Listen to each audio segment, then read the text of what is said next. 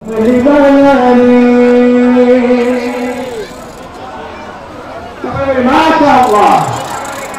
আপনারা কিভাবে আরো সংযুক্ত চান? আমাদের আরো একজন জনপ্রিয় শিল্পী বাংলাদেশের তাহসিনুল ইসলাম, উনি আছেন, কিছুক্ষণের মধ্যে আমাদের মধ্যে চলে আসবেন ইনশাআল্লাহ। আপনারা আজকে দোয়া মাহফিলে অনেক অনেক বড় ব্যক্তিদেরকে আপনারা পাচ্ছেন।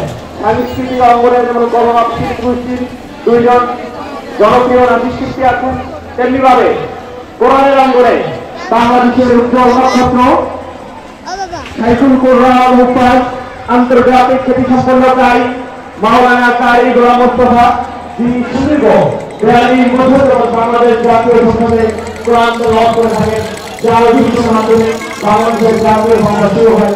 সেই সুনামধন্য কারি ইতিমধ্যে আমাদের মাঝে উপস্থিত হয়েছেন। আমাদের মাঝে উপস্থিত হয়েছেন বিশ্বের বহু দেশ থেকে আন্তর্জাতিক পুরস্কারপ্রাপ্ত কারি মাওলানা আহমদ ভাই, যার বিষয়ে পবিত্র কোরআন তেলাওয়াত ইতিমধ্যে আপনারা শুনেছেন।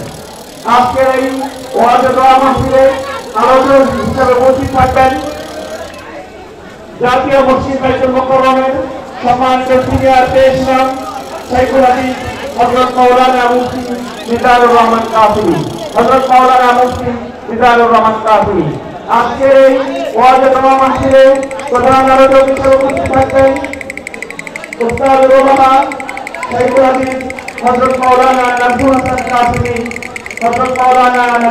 কাফিলি, খতিব বাইতুল মুকাররম মসজিদ উত্তরা সিঙ্গল বারো। আজকে এই ওয়াজ দোয়া মাহফিলে একটু পরে আমাদের মধ্যে আলোচনা পেশ করবেন মিরপুর 11 নম্বর কেন্দ্রীয় জামে মসজিদের সম্মানিত খতিব ও প্রিন্সিপাল